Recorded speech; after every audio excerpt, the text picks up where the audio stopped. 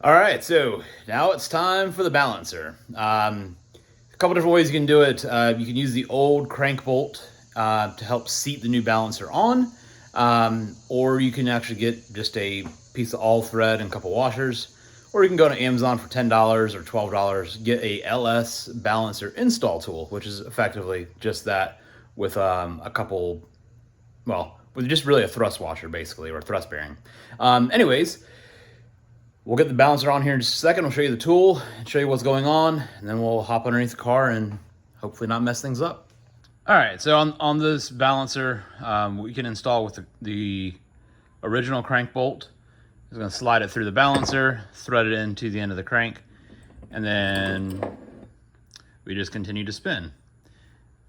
The downside is that surface is just gonna be sliding against the hub of that balancer, which not the end of the world, but I'm gonna prefer not to do that. So again, with that $12 crank install tool, it's just some ball bearings in there that are in a raceway, so that takes all the spinning and it transfers all the load just to be an axial load or thrust load. So if you can see, I'm gonna add just a little bit of pressure to this washer, like my fingers would be the crank or the actual balancer. As I spin this, I can tighten it up and this washer doesn't move at all. So that's why I'd recommend going with one of these tools. So one thing that I forgot before actually putting the balancer on is go ahead and take your new AC pulley and go ahead and actually get that held in place or kind of tucked behind. That way you just have an easier time to route your belt. Just makes it a little bit easier on yourself.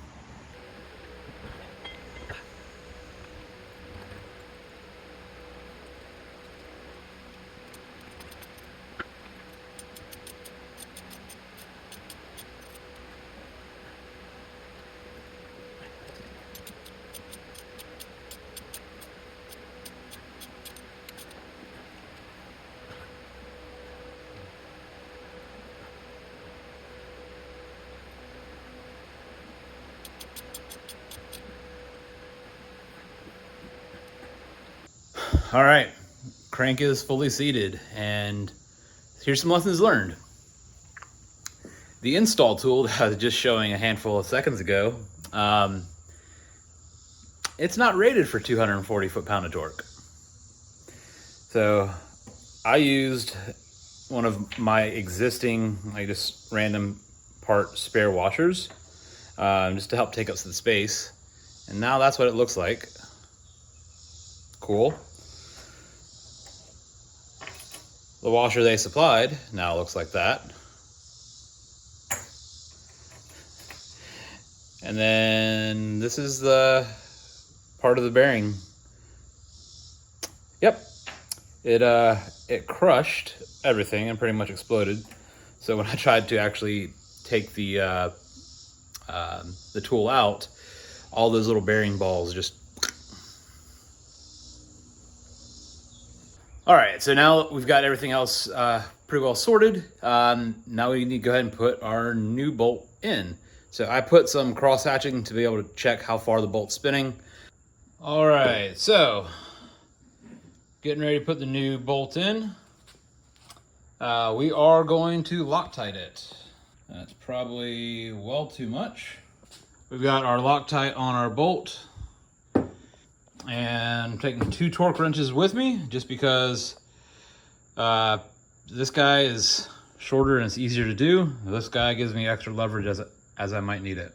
And sorry, you're not gonna be able to really see much as far as the torquing process, but again, go to your torque spec and then go the additional 140 degrees if you're using a GM bolt. If you're using ARP bolt, there's a different spec for that.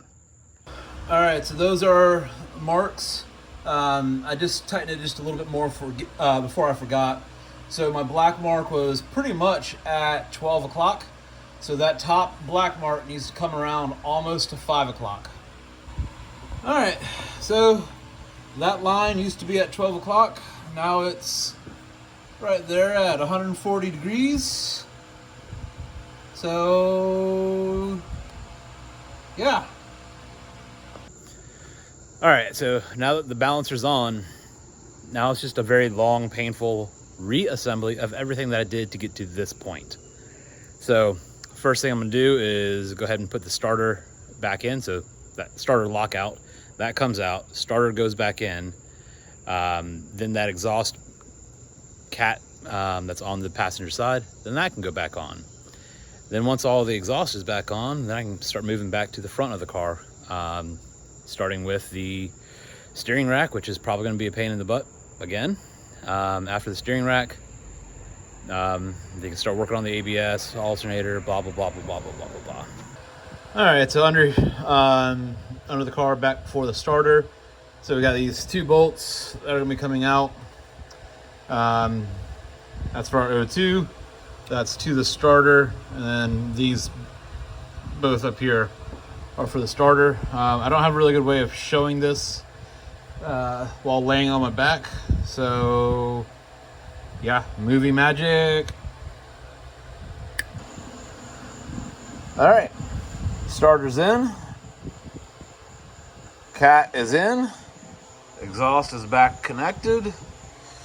Everything in this side of the car is done. All right, so our connector up there is plugged back in. We're good to go. Moving on, the next item is getting these 2 hard lines plumbed back into the rack. One thing to make sure of is that you do the one that's furthest inboard to the center of the car towards the engine. Get that one in first, just because it's darn near impossible to tighten the other one. So do this one first, then the other one.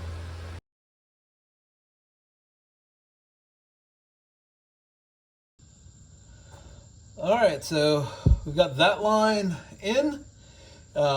It is a pain to actually tighten it just because you just don't have a lot of range of motion to be able to do it. Get yourself an 18mm stubby and make it a lot easier. All right, so both those lines are back on, back tight. Now we can go ahead and finish tightening this stuff down and try to straighten some of these fins out before. And I'll drop a picture in over top of this, but coming the high pressure line, so this is going to come from our pump. That goes high pressure, high. It's going to be the highest one back towards the engine. Cooler, it's going to go away. So it's going to be the last one. All right, so power steering system is complete. ABS is back in place. All right, so tie rods are back into the knuckle. Brake lines have been managed, put back in their places. So now we're just gonna go ahead and get these torqued. Yep, and then after we're done with torquing the tie rods, it's gonna become time to get into those. So we'll go ahead and get those popsicle sticks removed and tighten the cradle back up. All right. And time to remove the popsicle sticks.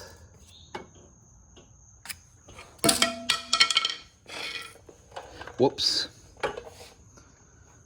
We're good. All right, and next we're gonna just be slowly, carefully, tightening the subframe. So I'm gonna do it in probably 2 or 3 different rounds, little by little, just working my way around.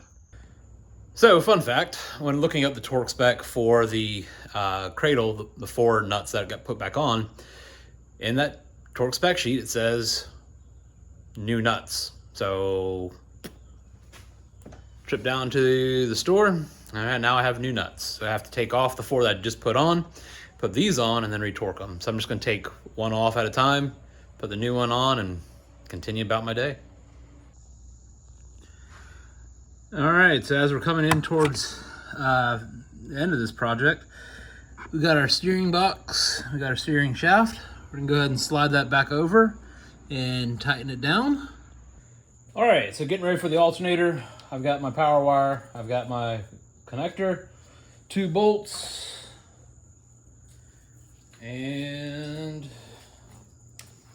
got the alternator itself.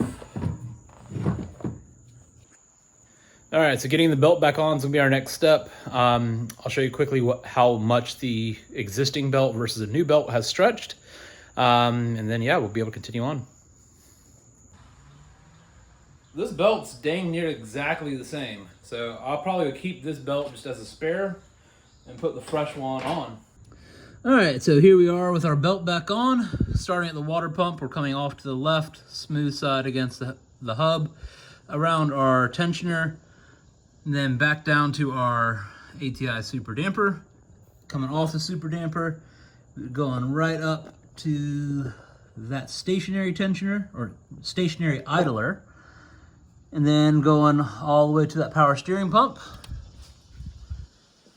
And coming off that power steering pump, we're right back here to our alternator, and then alternator back to the water pump.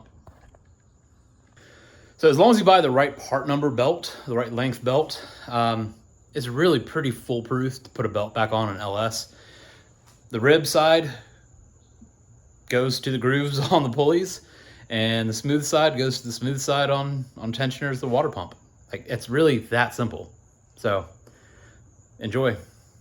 Yeah, so putting the fan back in is not gonna really be able to show much. The air bridge and everything else. If you're this far into the project, you know what you're doing. You don't need someone on YouTube to help show you. So we'll go ahead and jump back in when we start getting into flushing and bleeding.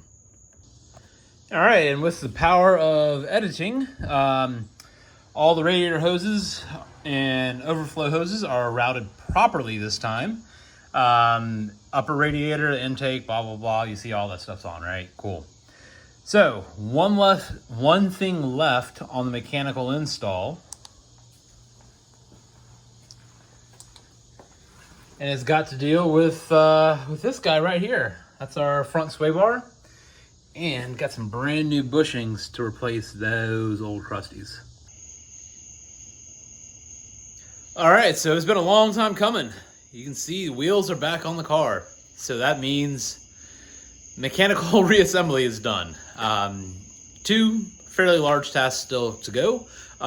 Fill and bleed power steering, and then flush and then refill coolant. So I am going to end up doing a full fill and flush cycle with the coolant, and then I'll go back to the distilled and Dexcool 50-50 mix.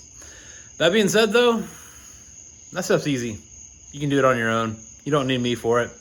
And realistically, no one's really making it this far in the video anyways. So, that being said, I'm done.